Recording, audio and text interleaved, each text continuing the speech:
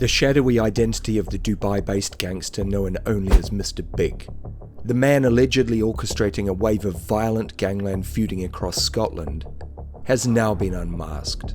The figure behind firebombings, gun attacks, and a spiralling turf war between rival Scottish crime clans is a former capo of Scottish football team Rangers' notorious Union Bears supporters group.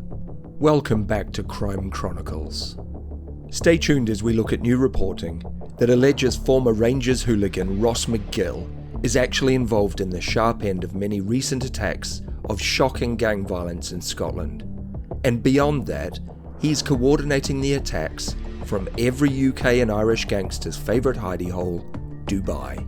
Ross McGill, who's 31, from East Kilbride, was once a prominent face in the footballing world, known more for his zeal in the stands at Ibrox than for any underworld affiliations.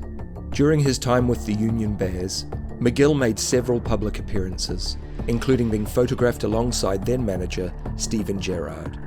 He even handed club captain James Tavernier a Player of the Year award, a moment that now stands in stark contrast to his descent into organised crime.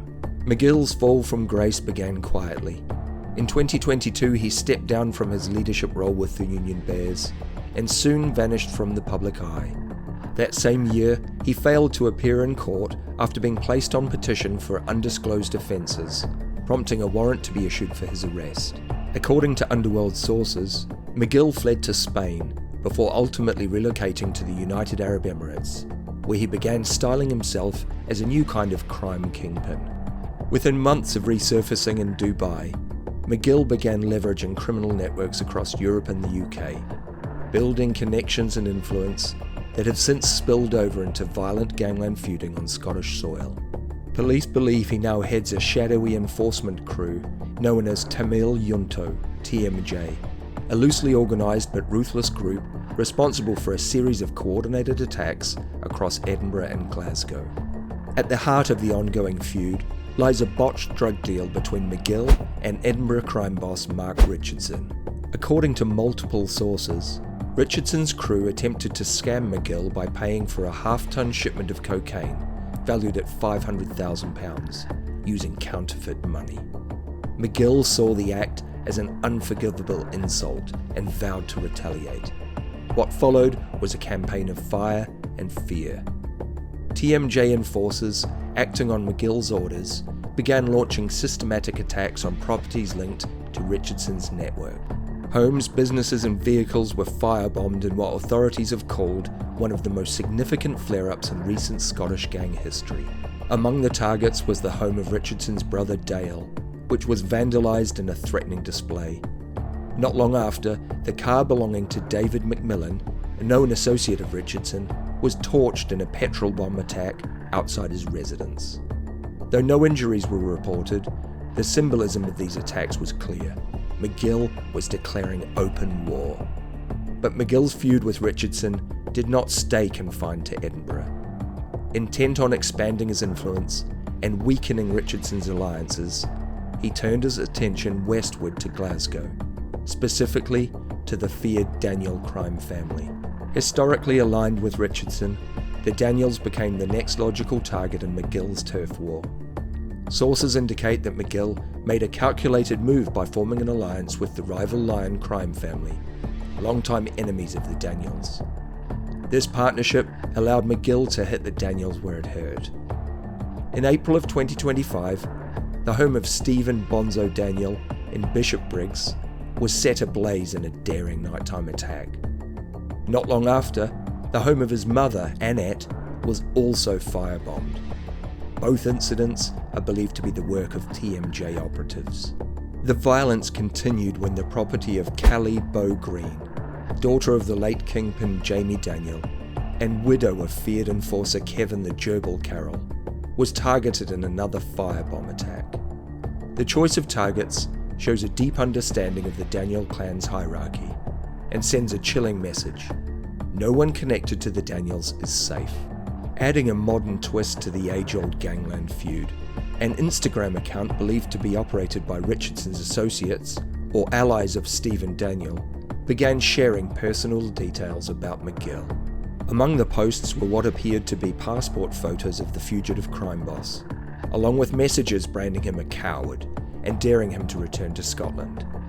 Though McGill reportedly directs operations from the safety of Dubai, this public taunting has added fuel to an already volatile situation. A source close to the Daniels told the Daily Record that Stephen Bonzo Daniel attempted to reach out to McGill to negotiate a truce, a gesture that was met with ridicule and ultimately dismissed. McGill, it seems, has no interest in peace. Police Scotland has responded to the escalating violence with a large-scale operation, targeting known associates from all sides of the conflict.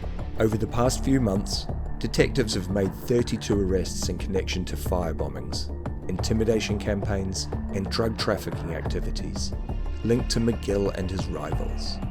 Authorities have confirmed that TMJ, although relatively new on the scene, is being investigated as a serious organised crime group. Police are now working with international partners to build a case for extraditing McGill from the UAE, a move that could be complicated by the legal protections and financial insulation he may enjoy in Dubai. What sets Ross McGill apart from traditional Scottish gangsters is the way he has embraced international mobility and modern digital tactics. By aligning himself with rival crime factions and operating from abroad, he has created a structure that is harder for domestic police forces to penetrate. TMJ's anonymity and decentralized tactics, coupled with their brutal methods, suggest a level of criminal sophistication more often seen in continental Europe than in the streets of Glasgow or Edinburgh. Sources within law enforcement now believe McGill is actively trying to unify several Scottish crime elements under his leadership, offering both financial incentives and protection through his Dubai-based operations. His long-term strategy may be to dominate Scotland's drug importation routes by sidelining older, more established clans like the Daniels and undermining unpredictable players like Richardson. We wonder how long it will be before he is linked to fellow Dubai residents, the Kinahans. Ross McGill's journey from football fanatic to international gangster is as dramatic as it is disturbing. Once a visible and vocal supporter of Rangers FC, his transformation into Mr. Big, the architect of Scotland's most dangerous gang war in recent memory, underscores the changing face of organised crime in the UK. With multiple factions now locked in a cycle of retaliation, and McGill continuing to operate with impunity from Dubai, it's unclear how or when this violent saga will end. What is certain is that Police Scotland's crackdown is far from over, and that McGill's name will loom large in the underworld annals of both Edinburgh and Glasgow for years to come. Thank you for joining us today on Crime Chronicles. Don't forget to like, subscribe, and share the channel with your friends.